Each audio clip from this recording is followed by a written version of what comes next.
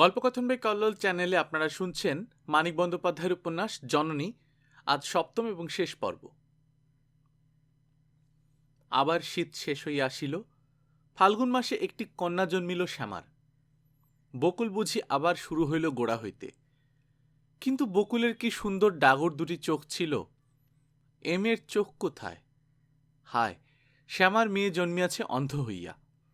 গর্ভের অনাদিকালের অন্ধকার তাকে ঘিরিয়া রহিল। এ জগতের আলো সে চিনিবে না কোনোদিন।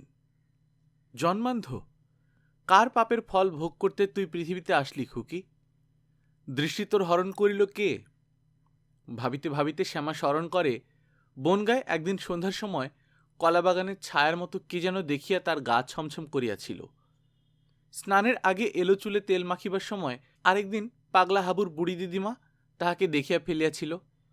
অজ্ঞাতসারে আরও কবে কি ঘটিয়াছিল কে জানে। কি আর করা যায়? অন্ধ মেয়েকে শ্যামা সমানাদরেই মানুষ করে, যেমন সে করিয়াছিল বকুলকে, যার ডাগর দুটি চোখ শ্যামাকে অবিরত অবাক করিয়া রাখিত। 2 মাস বয়স হইতে না হইতে শীতল মেয়েকে বড় ভালোবাসিল। বিধান একটা ঠাকুর আনিয়াছিল, তাকে ছাড়াইয়া দিয়া শ্যামা আবার রান্না আরম্ভ করিলে মেয়ে কোলে করিয়া বসিয়া থাকার কাজটা পাইয়া শীতল ভারী খুশি। এখানে আসিয়া বনগার পোষা কুকুরটির জন্য শীতলের মন কেমন করিত।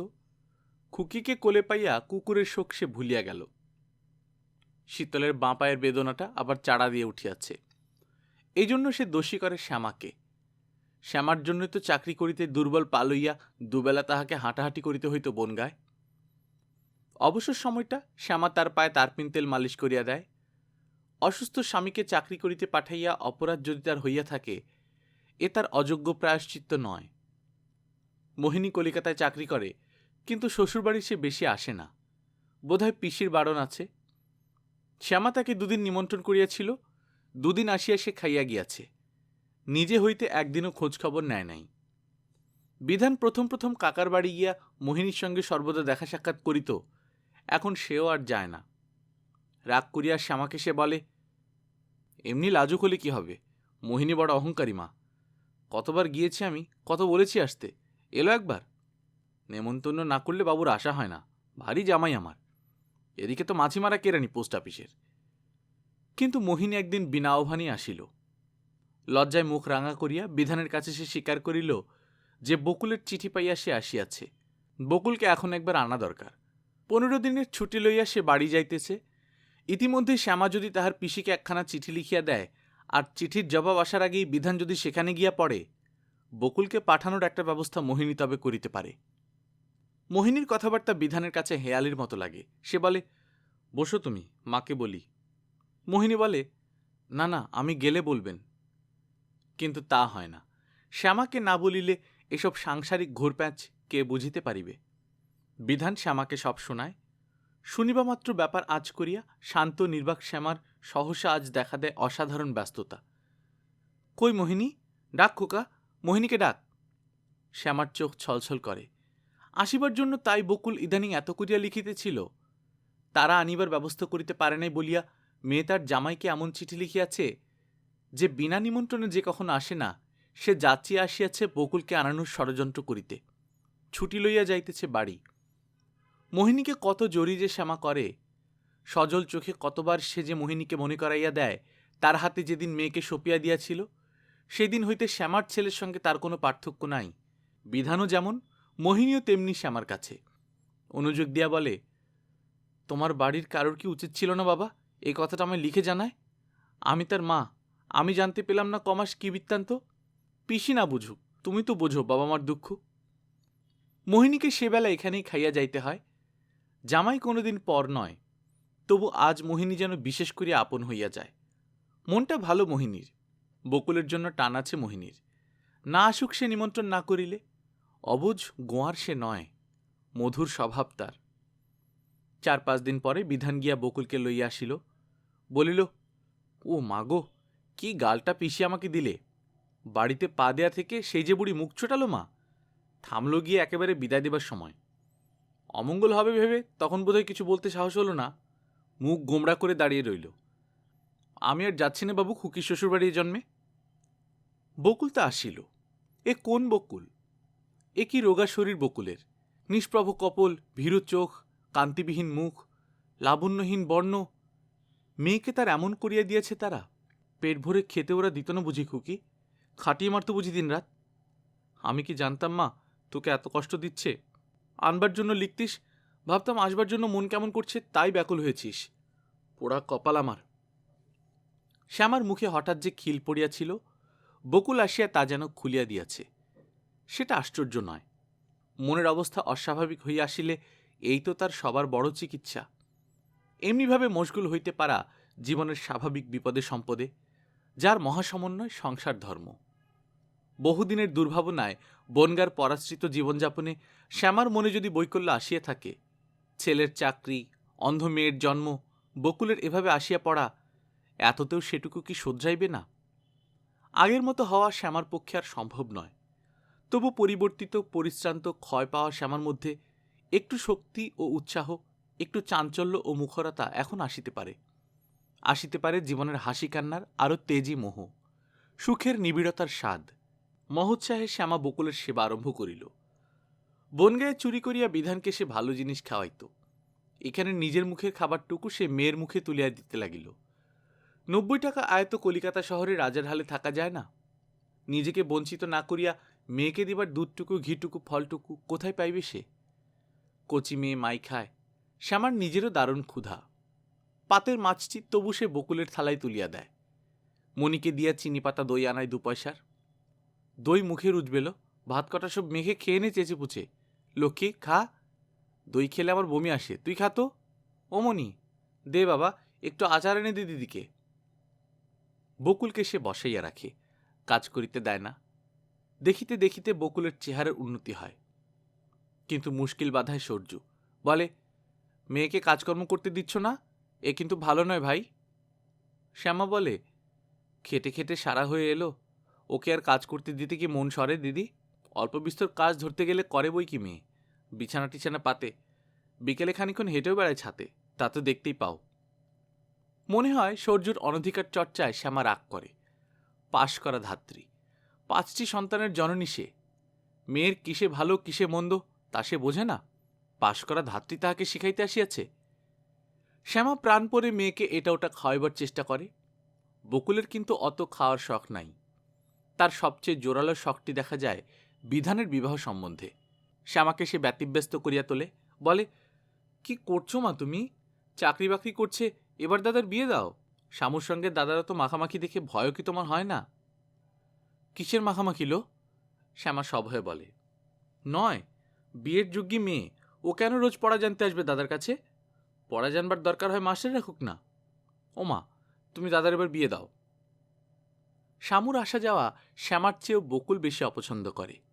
কি পাকা গিন্নি বকুল হইয়াছে। সাংসারিক জ্ঞান বুদ্ধিতে কচি মনটি যেন তার টইটুম্বুর, আঁটিতে চায় না। শামুর কাপড় পরা, বেনি পাকানো, পাউডার মাখার ঢং দেখিয়া গাজে তার জ্বলিয়া যায়। শ্যামা ভিন্ন কার সাধ্য আছে তা টের পাইবে? মনে হয় শামুর সঙ্গে সখিত্বই বুঝি তার গড়িয়া উঠিল। বনগায় সেই ঢেকিঘরখানার চালায় ইতিমধ্যে বুঝি নতুন খড়ও ওঠে নাই একাটি। শঙ্করের গায়ের সেই জামাটি বুঝি আজও ছেড়ে নাই। অশ্রুমুখী সেই অবোধ বালিকা বকুল আজ এই বকুল হইয়াছে। 2টি ছেলে মানুষ ছেলেমেয়ের সহজ বন্ধুত্বে সে আষ্টে গন্ধ পায় এবং বেমালুম তাহা গোপন করিয়া ওদের দেখায় হাসি মুখ, নাক ছিটকায় মার কাছে, আর করে ষড়যন্ত্র। শ্বশুরবাড়ির লোকেরা গড়িয়া পিটিয়া বকুলকে মানুষ করিয়ে দিয়াছে, সন্দেহ নাই।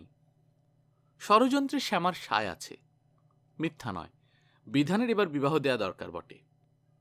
বিধান শুনিয়া হাসে, বলে, পিসির গাল শুয়ে নিয়ে এলাম কিনা, মাকে বুঝি তাই এসব কুপরামর্শ দিচ্ছিস কুকি? তারপর গম্ভীর হইয়া বলে, এদিকে খরচ চলে না সে খবর তুই রাখিস? ট্রামের টিকিট না কিনে মনির স্কুলের মাইনে দিয়েছে এবার, তুই আছিস কোন তালে?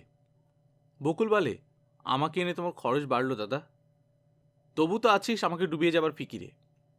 বকুল অভিমান করে, সে আসিয়া খরচ বাড়াইয়াছে, বিধান একবার প্রতিবাদ করিলে সে খুশি হইত। কারো মন বুঝিয়ে একটা কথা যদি বিধান কোনোদিন বলিতে পারে, খানিক পরে আবার উল্টা কথা ভাবিয়া বকুলের অভিমান কমিয়া যায়। তাই বটে, দাদা কি পর যে তোষামত করিয়া কথা কহিবে তার সঙ্গে? সে আবার প্যান প্যান শুরু করিয়া দেয়, যুক্তি দেখায় যেসব বাজে ওজোর বিধানের। এই যে সে আসিয়াছে, সংসার অচল হইয়াছে কি, একটা বউ আসিলেও স্বচ্ছন্দে সংসার চলিবে, তার চেয়ে বেশি ভাত বউ নিশ্চয়ই খাইবে না। সংসারের ভার গ্রহণ করার আনন্দ বিধানের এদিকে কয়েক মাসের মধ্যেই তিত হইয়া গিয়াছিল। এই বয়সে ভাইয়ের স্কুলের মাহিনা দিতে রোজ হাঁটিয়া আপিস করা যদি বা সহ্য হয়, একেবারে ৯০-৯০টা টাকাতেও যে মাসের খরচ কুলায় না, এইটুকু মাথা গরম করিয়া দেয় তরুণ মানুষের। বকুলকে একদিন বিধান ভয়ানক ধমকাইয়া দিল, বলিল, বিয়ে একটা টিউশনি খুঁজে পাচ্ছি না, বিয়ে বিয়ে করে পাগল করে দিলে আমায়, ফের ও কথা বললে চড় খাবি খুকি। বলিয়া সে আপিস গেল।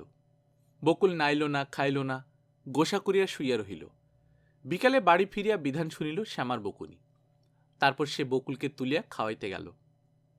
আজ বিভা বসিয়াছিল বকুলের কাছে। বিধানের সঙ্গে আগে সে কোনোদিন কথা বলে নাই। আজ দয়া করিয়া বলিল, পালাচ্ছেন কেন, আসুন না। কি বলেছেন বোনকে? বোন আজ রাগ করে সারাদিন খায়নি। তারপর বিভা বলিল, শামু খুব প্রশংসা করে বিধানের, জগতে নাকি এমন বিষয় নাই বিধান জানে না। পড়াটড়া জানতে এসে শামু বোধহয় খুব বিরক্ত করে বিধানকে। আশ্চর্য মেয়ে, মানুষকে এমন জ্বালাতন করতে পারে। বিভা এইসব বলে। বিধান মুখ লাল করিয়া আড়ষ্টভাবে শোনে। শ্যামাও তো পিছু পিছু আসিয়াছিল বিধানের। সে আর বকুল ভাবে শামুর কথা উঠায় বিধানের মুখ লাল হইয়াছে। তারা তো বুঝিতে পারে না জীবনে যে কখনো মেয়েদের ধারে কাছে ঘেঁষে নাই, বিভার মতো গান জানা মন টানা আধুনিক মেয়ের কাছে কি তার দারুণ অস্তিত্ব। গভীর বিষাদে শ্যামার মন ভরিয়া যায়। এইবার বুঝি তার একেবারে হাল ছাড়িয়া দিবার দিন আসিয়াছে। অন্ধ মেয়ে দিয়া ভগবানের স্বাদ মিটিল না, ছেলে কাড়িয়া নেয়ার ব্যবস্থা করিয়াছেন এবার। বিধানের স্নেহের স্রোত আর কি তার দিকে বহিবে? তার কড়া হাতের সেবা আর কি তার ভালো লাগিবে? জননীকে তো আর বিধানের প্রয়োজন নাই। নিজের জীবন এবার নিজেই সে গড়িয়া তুলিবে। যে অধিকার এতদিন শ্যামার ছিল নিজস্ব। শ্যামা বুঝিতে পারে জগতে এই পুরস্কার মা পায়। বকুলকে বড় করিয়া দান করিয়াছে পরের বাড়ি। তার চোখের সামনে বিধানের নিজের স্বতন্ত্র জগৎ গড়িয়া উঠিতেছে, যেখানে তার ঠাঁই নাই এতটুকু। মনির বেলা ফণির বেলাও হইবে এমনই। আপন হইয়া যদি কেহ চিরদিন থাকে শ্যামার, থাকিবে এই অন্ধ শিশুটি, যার নিমিলিত আখি দুটির জন্য শ্যামার আখি সজল হইয়া থাকিবে আজীবন। এক বাড়িতে বাস করিলে পরের জীবনের গোপন ও গভীর জটিলতাগুলো কেহ বলিয়া না দিলেও ক্রমে ক্রমে সকলেই টের পাইয়া যায়। বিভা ও বনবিহারীর ব্যাপারটা বুঝিতে পারিয়া শ্যামা ও বকুল হাসাহাসি করে নিজেদের মধ্যে। বিভার জন্য ভেড়া বনিয়া এখানে পড়িয়াছে বনবিহারী। একটু চোখের দেখা, একটু গান শোনা, বিভার যদি দয়া হয় কখনো দুটি কথা, এইটুকুই সম্বল বনবিহারীর। মা গো মা, কি অপদার্থ পুরুষ! না জানিস ভালো রকম লেখাপড়া, করিস ক্যানভাসারি, থাকিস পরের বাড়ির দাস হয়ে, তোর একই দুরাশা। সিঁড়ির নিচে ভাঙা চৌকিতে বাস, আবার কেন আকাশের চাঁদ ধরার স্বাদ। বনবিহারীর পাগলামি বিশেষ অস্পষ্ট নয়, সকলেই জানে। সে নিজেই শুধু তা জানে না, ভাবে গোপন কথাটি তার গোপন হইয়াই আছে, ছড়াইয়া পড়ে নাই বাহিরে। টের পাওয়া অবশ্য কারো উচিত হয় নাই, কারণ বনবিহারী কিছুই করে না প্রেমিকের মতো। বিভা সিঁড়ি দিয়া নামিলে শুধু চাহিয়া থাকে। বিভা গান ধরিলে যদি আশেপাশে কেহ না থাকে, তবেই সে সিঁড়ি দিয়া গুটি গুটি উপরে উঠিয়া দাঁড়াইয়া থাকে। আর যা কিছু সে করে সব চুরি করিয়া, কারো তা দেখিবার কথা নয়। ক্যানভাস করিতে বাহির হইয়া বিভার স্কুলের কাছাকাছি কোথাও সে রোজই দাঁড়াইয়া থাকে ছুটির সময়। কোনোদিন সাহস করিয়া সামনে গিয়া বলে, ছুটি হয়ে গেল আপনার? কোনোদিন দূর হইতেই সরিয়া পড়ে। এইটুকু যে সকলে জানিয়া ফেলিয়াছে, টের পাইলে লজ্জায় বনবিহারী মরিয়া যাইবে। তারপর বিভার কাজ করিয়া দিতেও সে ভালোবাসে বটে।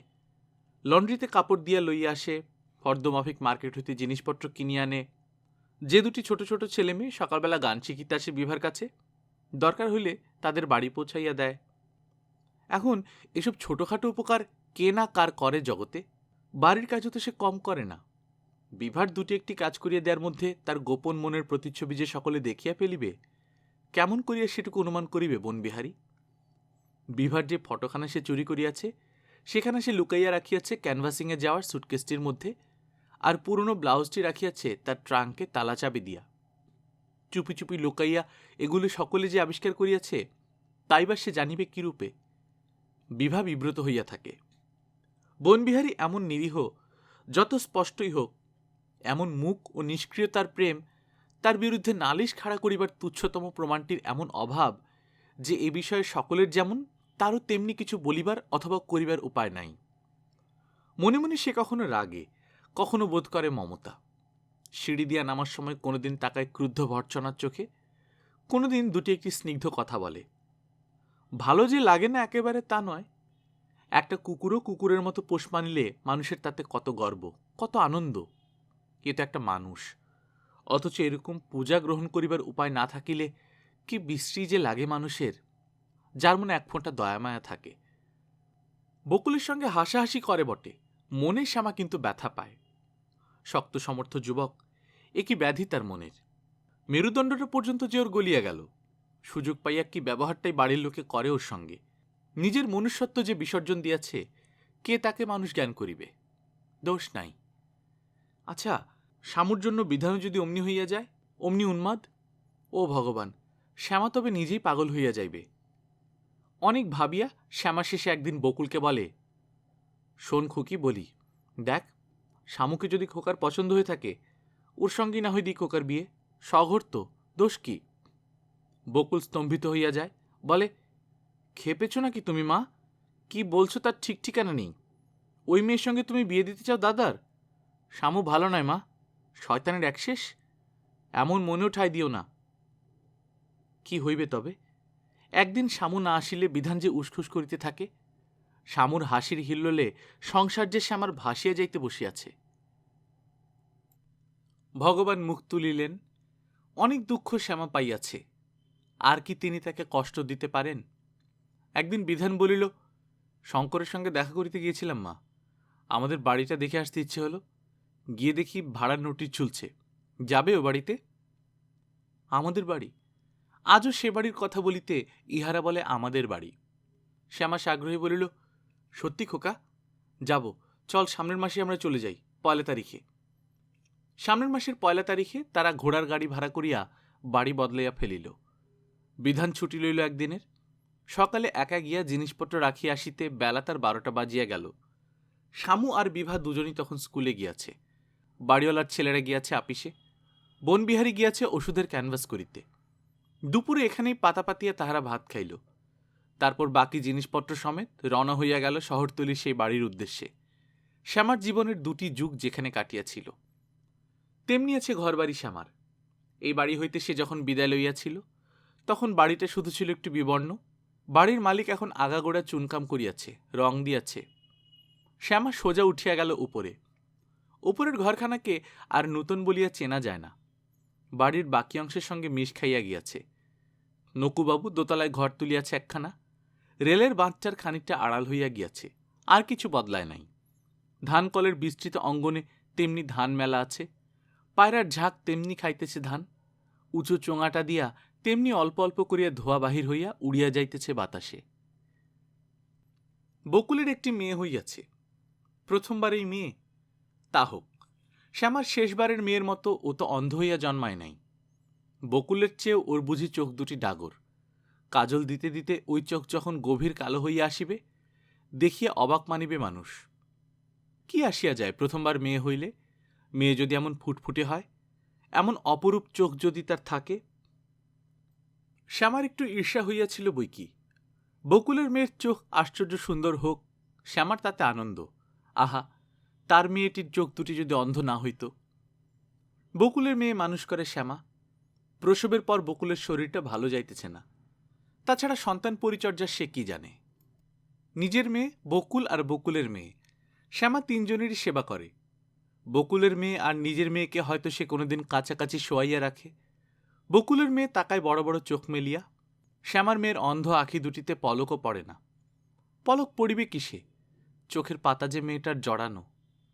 শ্যামার মনে পড়ে বাদুর কথা, মন্দার সেই হাবা মেয়েটা, দিনরাত যে শুধু লালা ফেলিত।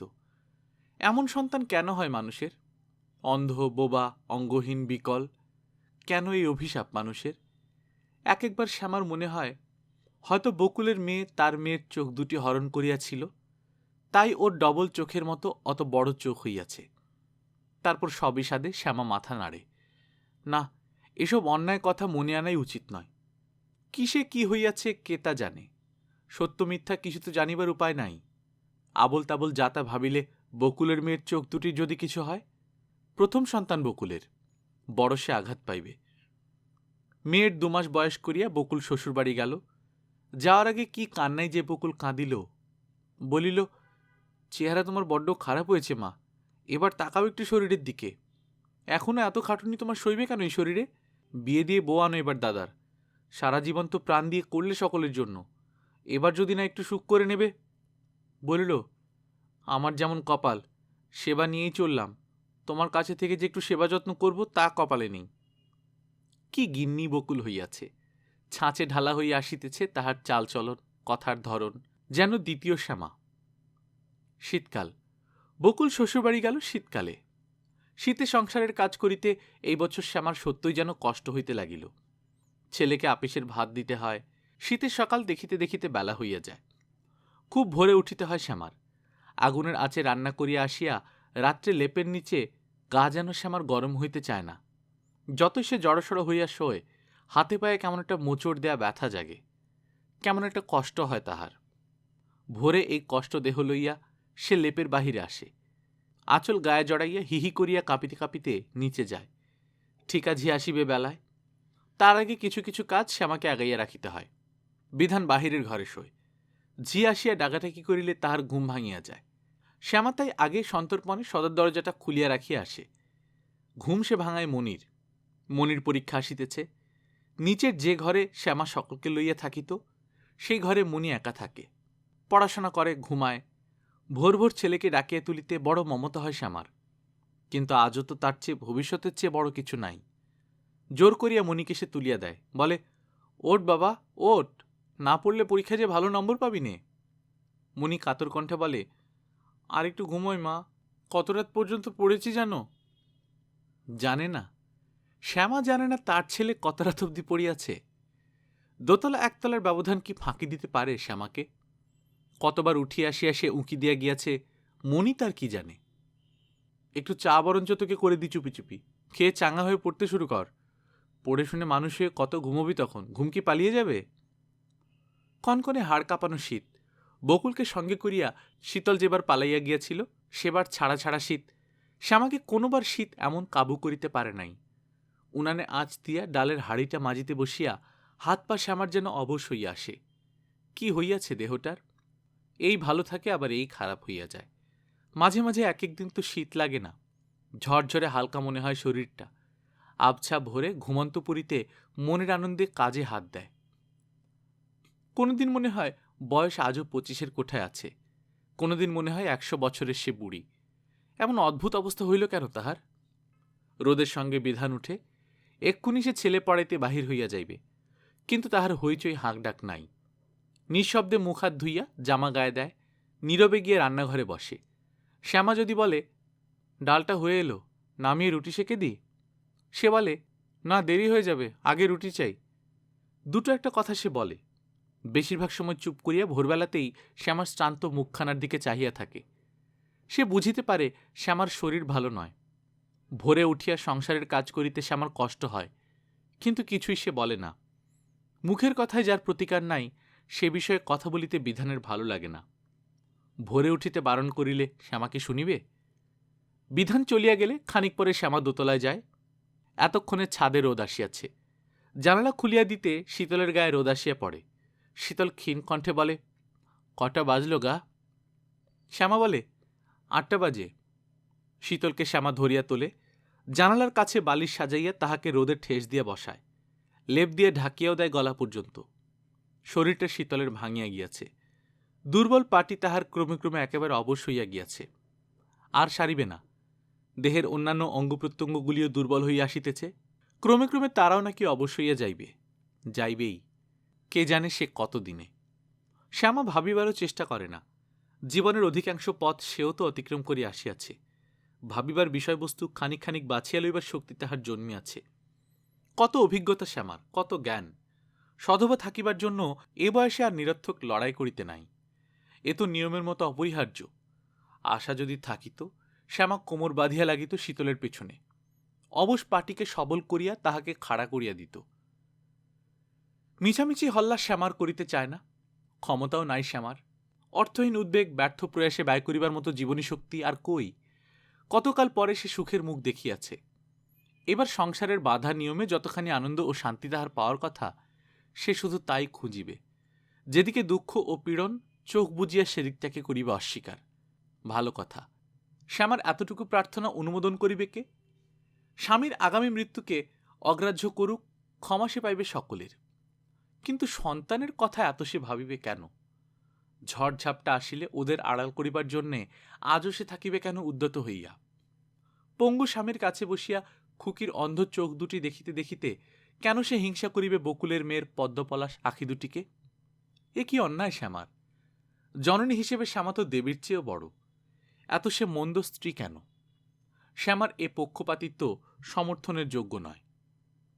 শীতলের এই অবস্থার জন্য শ্যামার মনে সর্বদা আকুল বেদনা না থাকাটা হয়তো দোষের, তবে সেবা যত্নে শীতলকে সে খুব আরামে রাখে। শীতলের কাছে থাকিবার সময় এত সে শান্ত, এত তার সন্তোষ যে রোগ যন্ত্রণার মধ্যে শীতল একটু শান্তি পায়। আদর্শ পত্নীর মতো স্বামীর অসুখে শ্যামা যে উতলা নয়, এইটুকু তার সুফল। খুকিকে দুধ দিয়া শ্যামা নিচে যায়, পথ্য আনে শীতলের, ঘটি ভরা জল দেয়, গামলা আগাইয়া ধরে, বিছানায় বসিয়া মুখ ধোয় শীতল। মুখ মুছে শ্যামার আঁচলে, কাঁচা পাকা দাড়ি গোফে শীতলের মুখ ঢাকিয়া গিয়াছে, ঋষির মতো দেখায় তাহাকে।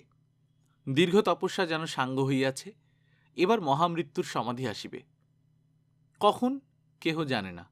শ্যামা কাজের ফাঁকে ফাঁকে শতবার ওপরে আসে। ডাক্তার বলিয়াছে শেষ মুহূর্তে আসিবে হঠাৎ, সে সময়টা কাছে থাকিবার ইচ্ছা শ্যামার। মোহিনী মাঝে মাঝে আসে। ওরা ভালো আছে বাবা? বকুল আর খুকি? চিঠি পাননি মা? মোহিনী জিজ্ঞাসা করে। শ্যামা একগাল হাসিয়া বলে, হ্যাঁ বাবা, চিঠি তো পেয়েছি। পরশু পেয়েছি যে চিঠি। লিখেছে ভালোই আছে। এমন দশা হয়েছে আমার, সব ভুলে যাই। কখন কোথায় কি রাখি আর খুঁজে পাইনি। খুঁজে খুঁজে মরি সারা বাড়িতে। বিধানবাবুর বিয়ে দেবেন না মা? মোহিনী একসময় জিজ্ঞাসা করে। বকুল বুঝি চিঠি লিখিয়াছে তাগিদ দিতে। এই কথা বলিতেই হয়তো আসিয়াছে মোহিনী। শ্যামা বলে, ছেলে যে বিয়ের কথা কানে তোলে না বাবা, বলে মাইনে বাড়ুক। ছেলের মত নাই, বিয়ে দেব কার? এই বাড়িতে আসিয়া বিবাহের জন্য ছেলেকে শ্যামা যে পীড়াপিড়ি করিয়াছে তা নয়, ভয়ে সে চুপ করিয়া আছে। ধরিয়া লইয়াছে বিবাহ বিধান এখন করিবে না। এর মধ্যে শামুকে কি আর বিধান ভুলিতে পারিয়াছে? যে মায়াজাল ছেলের চারদিকে কুহুকি মেয়েটা বিস্তার করিয়াছিল, কয়েক মাসে তাহা ছিন্ন হইবার নয়। শামুর অজস্র হাসি আজও শ্যামার কানে লাগিয়াছে। এখন ছেলেকে বিবাহের কথা বলিতে গিয়া হিতে বিপরীত হইবে। যে রহস্যময় প্রকৃতি তাহার পাগল ছেলের, কিছুদিন এখন চুপ করিয়া থাকাই ভালো। মোহিনী বলে, বিধানবাবুর অমত হবে না মা, আপনি মেয়ে দেখুন। মোহিনীর বলার ভঙ্গিতে শ্যামা অবাক হইয়া যায়। এত জোর গলায় মোহিনী কি করিয়া ঘোষণা করিতেছে বিধানের অমত হইবে না? বিধানের মন সে জানিল কিসে? তারপর মোহিনী কথাটা পরিষ্কার করিয়া দেয়। বলে যে কদিন আগে বিধান গিয়াছিল তাহার কাছে, বিবাহের ইচ্ছা জানাইয়া আসিয়াছে। যে যে বিয়ে করতে চান শুনে প্রথমটা অবাক হয়ে গিয়েছিলাম মা। তারপর ভেবে দেখলাম কি জানেন, আপনার শরীর ভালো নয়, কাজকর্ম করতে কষ্ট হয় আপনার। ভেবে চিনতে তাই সম্মত হয়েছেন। ওসব কিছু বলবেন না অবশ্যই, বলবার মানুষ তো নন। শ্যামা জানে না, পড়া ছাড়িয়া বিধান একদিন হঠাৎ চাকরি গ্রহণ করিয়াছিল, আজ বিবাহে মত দিয়াছে। সেদিন অভাবে অনটনের শ্যামা পাগল হইতে বসিয়াছিল, আজ সংসারে কাজ করিতে তাহার কষ্ট হইতেছে। সেবার বিধান ত্যাগ করিয়াছিল বড় হওয়ার কামনা, এবার ত্যাগ করিয়াছে মত।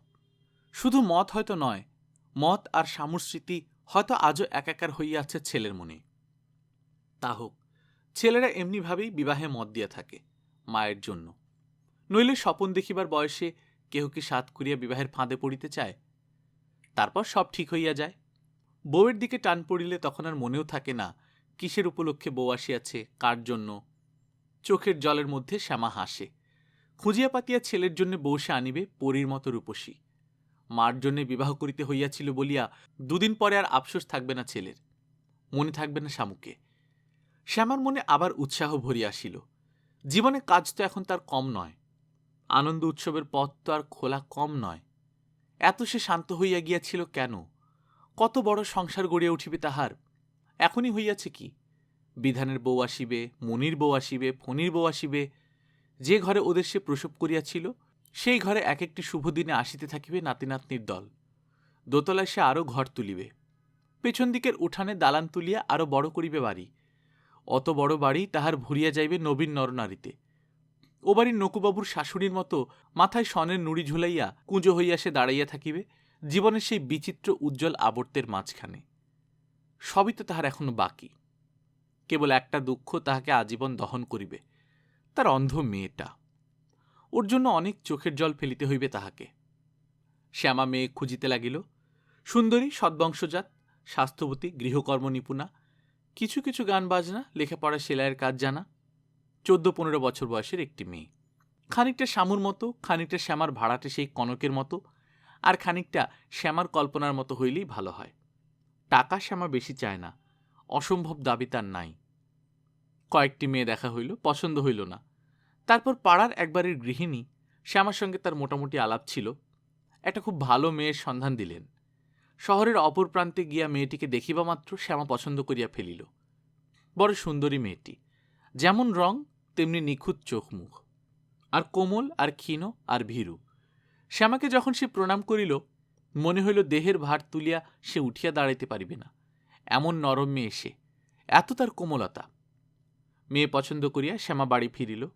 সে বড় খুশি হইয়াছে। এমন মেয়ে যে খুঁজিলেও মেলে না। কি রূপ, কি নম্রতা! ওর কাছে কোথায় লাগে শ্যামু? মোহিনীর সঙ্গে বিধানকে সে একদিন জোর করিয়া মেয়ে দেখিতে পাঠাইয়া দিল। ফিরিয়া আসিয়া মোহিনী বলিল, না মা, পছন্দ হল না মেয়ে। শ্যামা যেন আকাশ হইতে পড়িল। কার পছন্দ হল না? তোমার? আমার পছন্দ হয়েছে, বিধানবাবুর পছন্দ নয়। পছন্দ নয়? ওই মেয়ে পছন্দ নয় বিধানের? বাংলাদেশ খুঁজিলে আর অমন মেয়ে পাওয়া যাইবে? বিধান বলে কি? কেন পছন্দ হল না খোকা? বিধান বলে, দূর, ওটা মানুষ নাকি, ফু দিলে মটকে যাবে।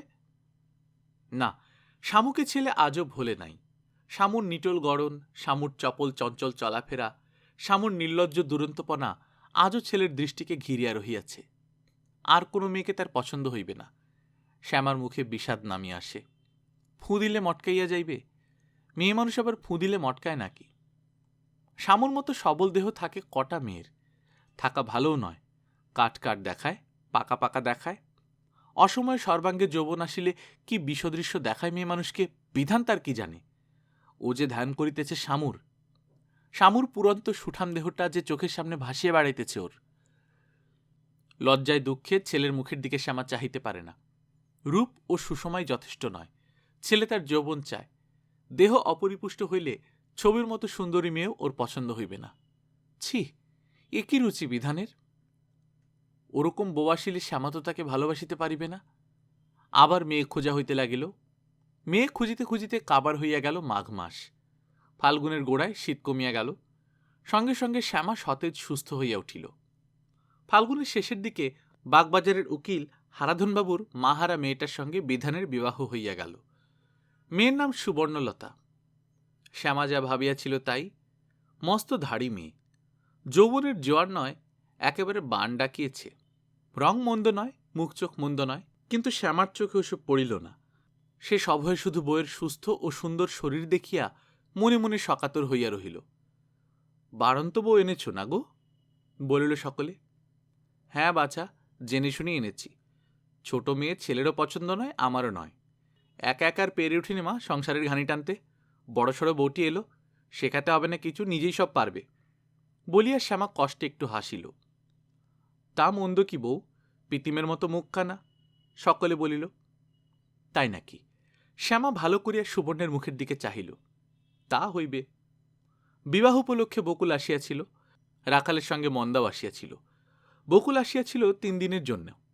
বিবাহের হইচই থামিবার আগেই সে চলিয়া গেল। বউকে ভালো লাগিয়াছে বকুলের। যাওয়ার সময় এই কথা সে শ্যামাকে বলিয়া গেল। শ্যামা বলিল, তোর কি পছন্দ বুঝি নে বাপু, এত কি ভালো যে একেবারে গদগদ হয়ে গেলি? বকুল বলিল, দেখো, ও বৌদি যদি ভালো না হয় কান কেটে নিও আমার। মা মরা মেয়ে, একটু আদর যত্ন পাবে যার কাছে, প্রাণ দেবে তার জন্যে। কি বলছিল জানো? বলছিল তুমি নাকি ওর মার মতো। তাই নাকি? তা হবে। বকুল চলিয়া গেল, বউ চলিয়া গেল, বিবাহ বাড়ি নিঝুম হইয়া আসিল। রহিয়া গেল মন্দা। এই তো সেদিন শ্যামা মন্দার আশ্রয় ছাড়িয়া আসিয়াছে। দাসীর মতো খাটিয়াছে মন্দার সংসারে, অহরাত্র মন জুগাইয়া চলিয়াছে। সে স্মৃতি ভুলিবার নয়। এক বিন্দু কৃতজ্ঞতা নাই শ্যামার। মন্দা রহিয়া গেল বলিয়া সে এতটুকু কৃতার্থ হইয়া গেল না। কয়েক বছর আশ্রয় দিয়াছিল বলিয়া শ্যামার কাছে কি সমাদর মন্দা আশা করিয়াছিল সেই জানে। বোধহয় সে ভাবিয়াছিল আজও শ্যামার উপর কর্তৃত্ব করিতে পারিবে, কিন্তু সে না পাইল মনের মতো সমাদর, না পারিল কোনো দিকে কর্তৃত্ব করিতে। শ্যামার সংসারে কি কর্তৃত্ব আর সে করিতে চাহিবে? ভালো করিয়া আবার শীতলের চিকিৎসা করানোর জন্যেই তাহার উৎসাহ দেখা গেল সবচেয়ে বেশি। বলিল, রয়ে গেলাম কি আর সাধে? কি করে রেখেছ আমার দাদাকে? দাদাকে ভালো না করে আমি এখান থেকে নড়ছি নেব? কত সে দরদি বোন, কত তার ভাবনা। কে জানে, হইতেও পারে আজ তো সপুত্র সকন্যা শ্যামার ভবিষ্যৎ অন্ধকার নয়, কিছুই তো ওদের জন্য আর তাহাকে করিতে হইবে না। শীতলের জন্য হয়তো তাই আন্তরিক ব্যাকুলতাই মন্দার জাগিয়াছে। শ্যামাকে সে ব্যতিব্যস্ত করিয়া তুলিল। শ্যামা বলিল, ওরা চিকিৎসা নেই ঠাকুরজি, ওর চিকিৎসা এখন সেবা যত্ন। মন্দা স্তম্ভিত হইয়া বলিল, মুখ ফুটে এমন কথা তুমি বলতে পারলে বউ? তুমি কি গো? শ্যামা বলিল, কি বলতে হবে তুমি না হয় তবে বলে দাও। মন্দার আগিয়া উঠিল, কাঁদিয়াও ফেলিল। কে জানে অকৃত্রিম বেদনায় মন্দা কাতর হইয়াছে কিনা। এ তো অর্থ সাহায্যের কথা নয়, ভার বহনের কথা নয়, ভাইয়ের জীবন তাহার। চিকিৎসা নাই, ভাই তাহার বাঁচিবে না। মন্দার হয়তো ছেলেবেলার কথা মনে পড়ে, শীতলের অসংখ্য পাগলামি আর অজস্র স্নেহ। বড় ভালোবাসিত শীতল তাহাকে। সেই দিনগুলি কোথায় হারাইয়া গিয়াছে, কিন্তু এই বাড়িতেই সেসব ঘটিয়াছিল। এখানে বসিয়া অনায়াসে কল্পনা করা চলে সেসব ইতিহাস। হয়তো তাই মন্দার কান্না আসে। বলে, দাদার জন্য কিছুই করবে না তুমি? ডাক্তার কবিরাজ দেখাবে না? শ্যামা বলে, ডাক্তার কি দেখানো হয়নি ঠাকুরজি? ডাক্তার না দেখে চুপ করে বসে আছি আমি? 16 টাকা ভিজিট দিয়ে ডাক্তার এনেছি, কলকাতার সেরা কবিরাজকে দেখিয়েছি, জবাব দিয়েছে সবাই। আমি আর কি করব? তবে আর কি, কর্তব্য করেছ, এবার টান দিয়ে ফেলে দাও রাস্তায়। আজ বুঝতে পারছি বউ, দাদা কেন বিভাগী হয়ে গিয়েছিল। এতকাল পরে মন্দা তবে শ্যামাকে চিনিতে পারিয়াছে। শীতলের পায়ের কাছে বসিয়া মন্দা দীর্ঘ নিঃশ্বাস ফেলে। চমকাইয়া উঠিয়া বড় ভয় পায় শীতল। দাড়ির ফাঁকে একটু হাসিয়া জিজ্ঞাসা করে, আমার সে কুকুরটা আছে মন্দা? দাদাগো বলিয়া মন্দা হাও হাও করিয়া কাঁদিয়া ওঠে। শীতল থরথর করিয়া কাঁপিতে থাকে। মনে হয় আর কিছুদিন যদি বা সে বাঁচিত, মন্দার বুক ফাটা কান্নায় এক্ষুনি মরিয়া যাইবে। বড় কষ্ট হয় শীতলের, বড় ভয় করে। বড় বড় কালো লোমশ পা ফেলিয়া নিজের মরণকে সে যেন আগাইয়া আসিতে দেখিতে পায়। বিহ্বল দৃষ্টিতে সে চাহিয়া থাকে মন্দার দিকে। দরজার কাছে দাঁড়াইয়া শ্যামা বলে, ঠাকুরজি শোনো, বাইরে এসো একবার। সকলেই বুঝিতে পারে মরণাপন্ন মানুষের কাছে এভাবে কাঁদিতে নাই, এই কথা বলিতে চায় শ্যামা। মন্দার চোখ মুছিয়া উদ্ধত ভঙ্গিতে সোজা হইয়া বসে। বেশ করিয়াছে কাঁদিয়া, শীতলও বুঝি তাই মনে করে। মন্দার আকস্মিক কান্নায় আতকাইয়া উঠিয়া তাহার দম বন্ধ হইয়া আসিয়াছিল। তবু শ্যামার বিবেচনার চেয়ে যে দরদের কান্না মারিয়া ফেলার উপক্রম করে, তাই বুঝি ভালো শীতলের কাছে। কি উৎসুক চোখে সে মন্দার অশ্রুসিক্ত মুখের দিকে চাহিয়া থাকে। ছেলেবেলায় বকুল আর বনগায় মন্দার সেই কুকুরটা ছাড়া এ জগতে সকলেই ফাঁকি দিয়াছে শীতলকে। দিন 20 থাকিয়া মন্দা চলিয়া গেল। আসিল নববর্ষ আর গ্রীষ্ম। শীতের শেষে শ্যামার শরীরটা ভালো হইয়াছিল, গরমে আবার যেন সে দুর্বল হইয়া পড়িল। কাজ করিতে শ্রান্তি বোধ হয়। সন্ধ্যার সময় হাত পা চিবাইতে থাকে, কিন্তু কাহাকেও সে তাহা বুঝিতে দেয় না, চুপ করিয়া থাকে। কেন দুর্বল শরীরে খাটিয়া মরে কেন শ্যামা? তার সেবা করার জন্য ছেলে না তার বিবাহ করিয়াছে? বউকে আনাইয়া লইলেই তো সে এবারে অনায়াসে বসিয়া বসিয়া আয়াস করিতে পারে। কিন্তু কেন যেন বউকে আনিবার ইচ্ছা শ্যামার হয় না। না আনিলে অবশ্য চলিবে না। ছেলের বউকে কি বাপের বাড়ি ফেলিয়া রাখা যায় চিরদিন? যাক, 2 দিন যাক। একদিন বিধান আপিস গিয়াছে, কোথা হইতে রঙিন খাম আসিল একখানা, আকাশের মতো নীল রঙের। শ্যামা অবাক হইয়া গেল। এর মধ্যে চিঠি লিখতে শুরু করিয়াছে বউ। ওদের ভাব হইল কবে? কদিনেরই বা দেখাশোনা। বিধান লুকাইয়া যায় না তো শ্বশুরবাড়ি। নিজের মনে শ্যামা হাসে। লুকাইয়া শ্বশুরবাড়ি যাওয়ার ছেলেই বটে তার। কি লিখিয়াছে বউ? চিঠিখানা সে বিধানের মশারির উপর রাখিয়া দিল। বিধান আসিলে বলিল, তোর একখানা চিঠি এসেছে খোকা, রেখে দিয়েছি মশারির উপর। বিধান চিঠি পড়িয়া পকেটে রাখিয়া দিল। বাগবাজারের চিঠি বুঝি? ওরা ভালো আছে? শ্যামা জিজ্ঞাসা করিল। বিধান বলিল, আছে। ছেলের সংক্ষিপ্ত জবাবে শ্যামা যেন একটু রাগ করিয়াই সরিয়া গেল। কয়েকদিন পরে একটা ছুটির দিনে শ্যামা একটু বিশেষ আয়োজন করিয়াছিল রান্নার। রাঁধিতে রাঁধিতে অনেক বেলা হইয়া গেল। রান্নাঘরের ভিতরটা অসহ্য গরম। শ্যামা যেই বাহিরে আসিয়া দাঁড়াইয়াছে অমনি মাথা ঘুরিয়া পড়িয়া গেল। সামান্য ব্যাপার, মূর্ছাও নয়, সন্ন্যাস রোগও নয়। মাথা একটু জলটল দিতেই শ্যামা সুস্থ হইয়া উঠিয়া বসিল। বিধান কিন্তু তাহাকে সেদিন আর উঠিতে দিল না, শোয়াইয়া রাখিল। বিকালে বিধান বাহির হইয়া গেল। রাত্রি ৮টার সময় ফিরিয়া আসিল সুবর্ণকে সঙ্গে করিয়া। বিধানের নিষেধ অমান্য করিয়া শ্যামা তখন রাঁধিতে গিয়াছে। সুবর্ণ প্রণাম করিতে সে একেবারে উত্তেজিত হইয়া উঠিল। এ কি রে খোকা, বলা নেই কয়া নেই বৌমাকে নিয়ে এলি যে তুই? জিজ্ঞেস করার দরকার মনে করলি না বুঝি একবার? এরকম অভ্যর্থনার জন্য বিধান প্রস্তুত ছিল না। সে চুপ করিয়া রহিল। সুবর্ণকে দেখিয়া শ্যামা খুশি হয় নাই। তার সেবা করার জন্য সে যে হঠাৎ বউকে লইয়া আসিয়াছে এটা সে খেয়াল করিল না। বিধান দুঃখিত হইয়া দাঁড়াইয়া রহিল। সুবর্ণের কি হইল বোঝা গেল না। শ্যামা মণিকে বলিল, যা তো মণি, তোর বৌদিকে ঘরে নিয়ে বসাগে। কি সব কাণ্ড বাবা এদের! রাত দুপুরে হুট করে নতুন বউকে এনে হাজির। কিসে কি ব্যবস্থা হবে এখন? বিধান ভয়ে ভয়ে বলিল, বাইরে তোমার বেয়াই বসে আছেন মা। তাকেও এনেছিস? আমি পারব না বাবু, রাত দুপুরে রাজ্যের লোকের আদর আপ্যায়ন করতে। মাথা বলে ছিঁড়ে যাচ্ছে। কি বলে তুই ওদেরকে নিয়ে এলি খোকা? এক ফোঁটা বুদ্ধি কি তোর নেই? কি রাগ শ্যামার! ছেলেবেলায় যাকে সে ধমক দিতে ভয় পাইত সেই ছেলেকে কি তার শাসন! গা ঝাড়া দিয়া উঠিয়াই সে রাঁধিতে আসিয়াছিল। সুবর্ণকে দেখিয়াই তার মাথা ধরিয়া গেল। বেশ গা হাত চিবাইতে আরম্ভ করিল। শ্যামার অন্ত পাওয়া ভার। কি শোচনীয়ভাবে তার মনের জোর কমিয়া গিয়াছে। তারই সেবার্থে পরিণীতা পত্নীকে তারই সেবার জন্য অসময়ে বিধান টানিয়া আনিয়াছে, শুধু অনুমতি নেয় নাই। আগে ছেলের এই কাণ্ডে শ্যামা কত কৌতুক বোধ করিত, কত খুশি হইত। আজ শুধু বিরক্ত হওয়া নয়, বিরক্তিটুকু চাপা পর্যন্ত রাখিতে পারিতেছে না। এ আবার কি রোগে ধরিল শ্যামাকে? ছেলে একটি যৌবনোচ্ছলা মেয়েকে বাছিয়া বিবাহ করিয়াছে বলিয়া জননীর কি এমন অবুঝ হওয়া সাজে? ছেলে তো এখনো পর হইয়া যায় নাই। মেনকা, উর্বশী, তিলোত্তমার মোহিনী মায়াতেও পর হইয়া যাওয়া ছেলে তো সে নয়। শ্যামা কি তা জানে না? এমন অন্ধ জ্বালাবোধ কেন তার? বোধহয় হঠাৎ বলিয়া, ওরা খবর দিয়ে আসিলে এতটা হয়তো হইত না। ক্রমে ক্রমে শ্যামা শান্ত হইল। একবার পরনের কাপড়খানার দিকে চাহিল। না, হলুদ কালি মাখা এ কাপড়ে কুটুমের সামনে যাওয়া যায় না। যাত খোকা, চট করে ওপর থেকে একটা সাফ কাপড় এনে দিত আমায়। কাপড় বদলাইয়া শ্যামা বাহিরের ঘরে গেল। হারাধন বিধানের বিছানায় বসিয়াছিল। শীর্ণ দেহ, লম্বাকৃতি লোক, হাতের ছাতিটার মতো জরাজীর্ণ। দেখিতে অনেকটা সেই হারান ডাক্তারের মতো। শ্যামাকে দেখিয়া হারাধন বুঝি একটু অবাক হইল। বলিল, আহা, আপনি কেন উঠে এলেন? কেমন আছেন এখন? শ্যামা বলিল, খোকা বুঝি বলেছে আমার খুব অসুখ? হারাধন বলিল, তাই তো বললে, গিয়ে একদণ্ড বসলে না, তাড়াহুড়ো করে সবাইকে নিয়ে বেরিয়ে পড়ল। কাপড় কখানা গুছিয়ে আনার সময়টাও মেয়েটা পায়নি। মেয়ের মাসি কেঁদে মরছে, এমন করে কেউ মেয়ে পাঠাতে পারে বেয়ান? বোঝা গেল শ্যামাকে সুস্থ দেখিয়া হারাধন অসন্তুষ্ট হইয়াছে। হারাধনের অসন্তোষে শ্যামা কিন্তু খুশি হইল। মধুর কণ্ঠে বলিল, অমনি পাগল ছেলে আমার বেয়াই। আমার একটু কিছু হলে কি করবে দিশে পায় না। সকালে উনুনের ধার থেকে বাইরে এসে মাথাটা কেমন ঘুরে উঠল, পড়ে গেলাম উঠানে, তাই তো ভড়কে গেছে ছেলে। বড় তো কষ্ট হলো আপনাদের। শ্যামা মিষ্টি আনাইল, খাইতে পিড়াপিড়ি করিল। হারাধন কিছু খাইল না, খাইতে নাই। বলিয়া গেল, নাতি হইলে যাচি আসিয়া পাতা পাড়িবে। হারাধনকে বিদায় করিয়া শ্যামা সুবর্ণের খোঁজে গেল। কোথায় গেল সুবর্ণ? সে তো একতলায় নাই। সিঁড়ি ভাঙিয়া শ্যামা উপরে গেল। শীতলের পায়ের কাছে মাথা নত করিয়া সুবর্ণ বসিয়াছে। তার কোলে শ্যামার অন্ধ মেয়েটি।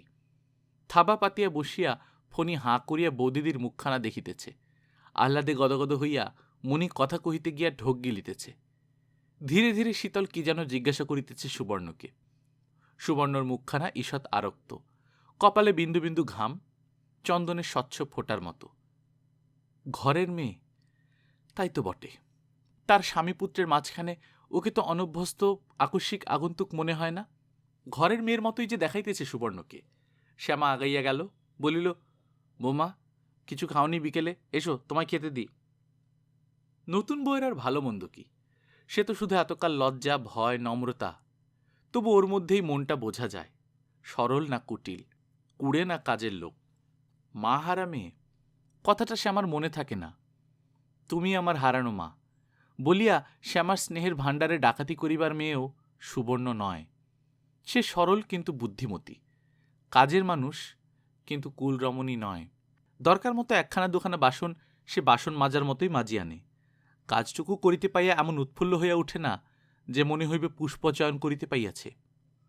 শাশুড়ির হাতের কাজ কাড়িয়া যে বউ কাজ করে, কোনো শাশুড়ি তাকে দেখিতে পারে না। সুবর্ণ সে চেষ্টা করে না। স্বাভাবিক নিয়মে যেসব কাজ শ্যামার হাত হইতে খসিয়া তাহার হাতে আসে, মন দিয়া সেইগুলি সে করিয়া যায়। আরেকটি সজাগ দৃষ্টি পাতিয়া রাখে শ্যামার মুখে। আলো নিভিয়া মেঘ ঘনাইয়া আসিবার উপক্রমেই চালাক মেয়েটা ত্রুটি সংশোধন করিয়া ফেলে। নেহাত দোষ করিয়া ফেলিলে প্রয়োগ করে একেবারে চরম অস্ত্র। চোখ দুটা জলে টাবুটুবু ভর্তি করিয়া শ্যামার সামনে মেলিয়া ধরে। ভালো করিয়া শুরু করার আগেই শ্যামার মুখের কথাগুলি জমিয়া যায়। শ্যামা হঠাৎ সুর বদলাইয়া সস্নেহে হাসিয়া বলে, বাগির বেটি, এই কথাতেই চোখের জল এলো? কি আর বলেছি মা তোকে? চোখ, অশ্রুসজল চোখকে শ্যামা বড় ডরায়। মানুষের চোখের সম্বন্ধে সে বড় সচেতন। চোখ ছিল তার বকুলের, আর চোখ হইয়াছে বকুলের মেয়েটার। শ্যামার মেয়েটি অন্ধ। এত যে আলো জগতে, একটি রেখাও তার খুকির চেতনায় পৌঁছায় না। সজল চোখে চাহিয়া যে কোনো দৃষ্টিলতি শ্যামাকে সম্মোহন করিতে পারে। বড় দোটানায় পড়িয়াছে শ্যামা। ছেলের বউটাকে ভালোবাসিবে কি বাসিবে না। এমনি মন্দ লাগে না, মায়া করিতে ইচ্ছা হয়। বকুল যে ফাঁকটা রাখিয়া গিয়াছে, সুবর্ণকে দিয়া তাহা ভরিয়া তুলিবার কল্পনা প্রায় মনে হয় শ্যামার। কিন্তু হঠাৎ তাহার চমক ভাঙে। এ কি হিল্লোল তুলিয়া চোখের সামনে হাঁটিয়া গেল বউ? এ কি আগুন ওর দেহময়? এমন করিয়া কেউকে গড়িয়াছিল রক্তমাংসের এই মোহিনীকে? সুবর্ণ স্নান করে, চাহিয়া দেখিয়া শ্যামার বুকের রক্ত যেন শুকাইয়া যায়। বড় ভয় করে শ্যামার। কে জানে ওর ওই ভয়ানক সুন্দর দেহের আকর্ষণে কোথা দিয়ে অমঙ্গল ঢুকিবে সংসারে। কড়া শীতে যেমন হইয়াছিল, চড়া গরম পড়িতে শ্যামার শরীর আবার তেমনি খারাপ হইয়া গেল। এবার একটা অতিরিক্ত উপসর্গ দেখা দিল, তিরিক্ষে মেজাজ। অল্পে অল্প আরম্ভ করিয়া জ্যৈষ্ঠের শেষে বকুনি ছাড়া কথা বলাই যেন সে বন্ধ করিয়া দিল। থাকে থাকে তেলে বেগুনে জ্বলিয়া ওঠে, যাকে পায় তাকেই যত পারে বকে, তারপর অদৃষ্টের নিন্দা করিতে করিতে কাঁদিয়া ফেলে। শ্যামার ভয়ে বাড়িশুদ্ধ সকলের মুখ সর্বদা শুকনো দেখায়। সবচেয়ে মুশকিল হয় সুবর্ণের। অন্য সকলে শ্যামার সম্মুখ হইতে পলাইয়া বাঁচে, তার তো পালানোর উপায় নাই। তার উপর বিধান আবার তাহাকে হুকুম করিয়া রাখিয়াছে, সব সময় কাছে কাছে থাকবে মার, যা বলেন শুনবে, আগুনের আঁচে বেশি যেতে দেবে না, ওপর নিচ করতে দেবে না, সেবা যত্ন করবে। মার শরীর ভালো নয় জানো তো। বিধান বলিয়াই খালাস। সকালে উঠিয়া ছেলে পড়াইতে যায়, বাড়ি ফিরিয়াই ছোটে আপিসে, ফেরে সন্ধ্যার পর। সারাদিন শ্যামা কি কাণ্ড করে সে তো দেখিতে আসে না। সুবর্ণের অবস্থা সে কি বুঝিবে? কিছু বলিবার উপায়ও সুবর্ণের নাই। কি বলিবে? যদি বলিতে যায়, বিধান যে ভাবিয়া বসিবে, দেখো এর মধ্যেই নালিশ করা শুরু হইয়াছে। কিন্তু বিধান সব বোঝে, চিরকাল বুঝিয়া আসিয়াছে। সুবর্ণ এখনও জানে না যে বুঝিয়াও বিধান কোনোদিন কিছু বলে না। চুপচাপ নিজের কাজ করিয়া যায়, চুপচাপ উপায় ঠাওরায়। বনগায় শ্যামা একবার পাগল হইতে বসিয়াছিল, এবারও সেই রকম আরম্ভ হইয়াছে দেখিয়া বিধান কম ভয় পায় নাই। প্রতিবিধানের কোনো উপায় শুধু সে খুঁজিয়া পাইতেছে না। ব্যাপারটা সম্পূর্ণ স্বাস্থ্য ঘটিত। শ্যামাকে লইয়া কোথাও চেঞ্জে যাইতে পারিলে ভালো হইত, কোনো ঠান্ডা দেশে, দার্জিলিং অথবা সিমলা। সে অনেক টাকার কথা, অত টাকা সে কোথায় পাইবে? সংসার চালানোর ভাবনাতেই এই বয়সে সে বুড়ো হইয়া গেল। এই বাড়িতে সে ছাড়া আর সকলেই বোধহয় ভুলিয়া গিয়াছে বাড়িটা পর্যন্ত তাদের নয়। মাসে মাসে ভাড়া গুনিতে হয় বিধানকে। সত্যই কি শ্যামার আবার সেই রকম হইতেছে, বনগায়ে যেমন হইয়াছিল, যে জন্য পড়া ছাড়িয়া চাকরি লইতে হইয়াছিল বিধানকে? শ্যামার চোখের দিকে তাকাও, বাহিরে দুরন্ত রোদের যেমন তেজ, তেমনি জ্বালা শ্যামার চোখে। এই বুঝি জীবনব্যাপী দুঃখের অভিশাপ। আজীবন শান্ত আবেষ্টনীর মধ্যে সুরক্ষিত আশ্রয়ের আড়ালে বাস করিতে না পারিলে এমনি বুঝি হইয়া যায় অসহায় নারী। আজীবন দুঃখ দুর্দশার পীড়ন সহিয়া শেষে যখন সুখী হওয়ার সময় আসে, তখন তুচ্ছ আবহাওয়ার উত্তাপেই গলিয়া যায়। আঁচল গায়ে জড়াইয়া শ্যামা কত শীত কাটাইয়া দিয়াছে, 3টি উনানের আঁচে বসিয়া পার করিয়া দিয়াছে কত গ্রীষ্ম। এবার সে এত কাবু হইয়া গেল। তারপর একদিন আকাশে ঘন ঘটা আসিল, মাটি জুড়াইল মানুষ। বিকারের শেষের দিকে ধীরে ধীরে চুপ করিয়া মানুষ যেভাবে ঘুমাইয়া পড়ে, শ্যামাও তেমনিভাবে ক্রমে ক্রমে শান্ত ও বিষণ্ণ হইয়া আসিল। সকলে হাঁপ ছাড়িয়া বাঁচিল। তবু সুবর্ণকে শ্যামা পুরোপুরি সুনজরে দেখিতে পারিল না। একটা বিদ্বেষের ভাব রহিয়াই গেল।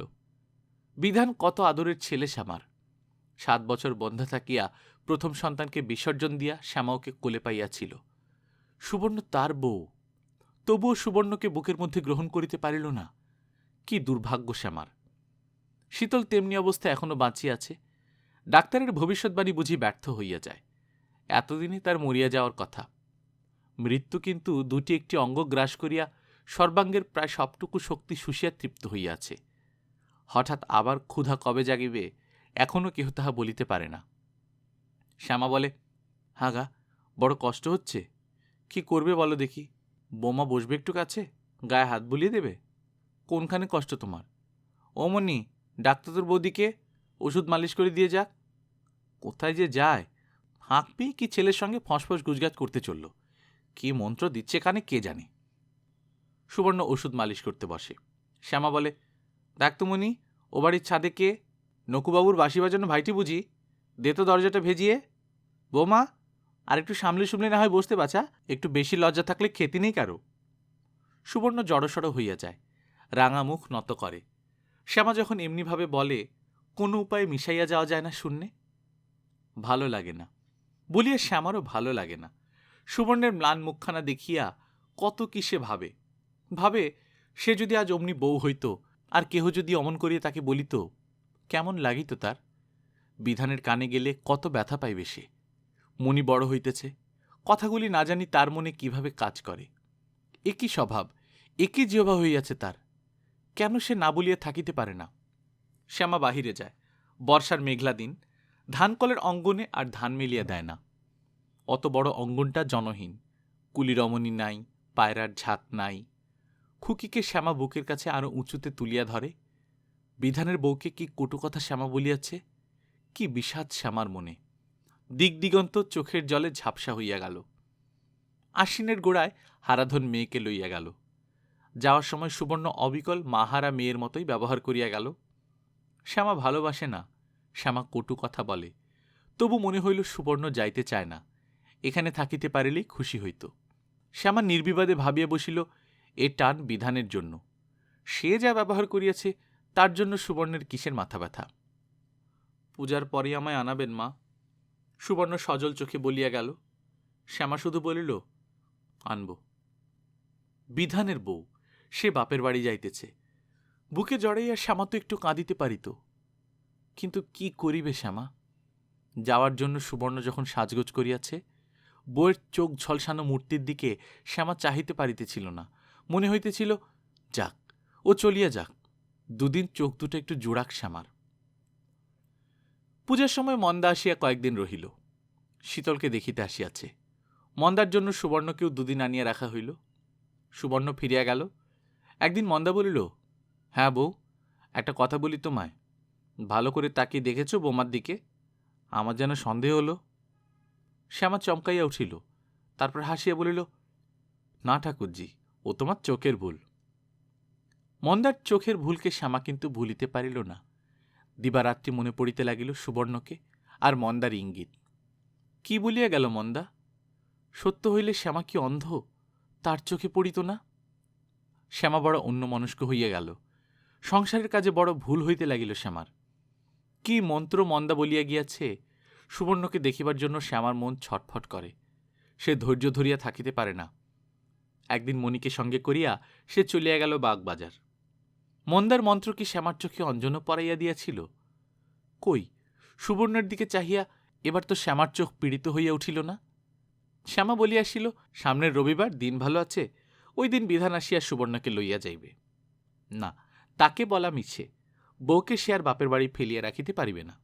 সুবর্ণের মাসি বলিল, এই তো সেদিন এলো, এর মধ্যে এত তাড়া কেন? আরেকটা মাস থেকে যাক। শ্যামা বলিল, না বাছা, না, তুমি বোঝো না। যার ছেলের বউ সে ছাড়া কারো বুঝবার কথা নয়। ঘর আমার আধার হয়ে আছে। একে একে দিন গেল। ঋতু পরিবর্তন হইল জগতে। শীত আসিল, শীতল পরলোকে গেল। শ্যামা ধরিল বিধবার বেশ। তারপর শীত আর রহিল না। সুবর্ণকে শ্যামা যেন বুকের মধ্যে লুকাইয়া রাখিয়া একটি দিনের প্রতীক্ষা করিতে লাগিল। কোথায় গেল ক্ষুদ্র বিদ্বেষ, তুচ্ছ শত্রুতা? সুবর্ণের জীবন লইয়া শ্যামা যেন বাঁচিয়া রহিল।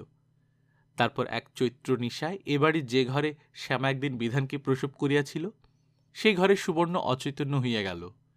ঘরে রহিল কাঠকয়লা পুড়িবার গন্ধ, দেয়ালে রহিল শায়িত মানুষের ছায়া, জানালার অল্প একটু ফাঁক দিয়া আকাশের কয়েকটা তারা দেখা গেল, আর শ্যামার কোলে স্পন্দিত হইতে লাগিল জীবন।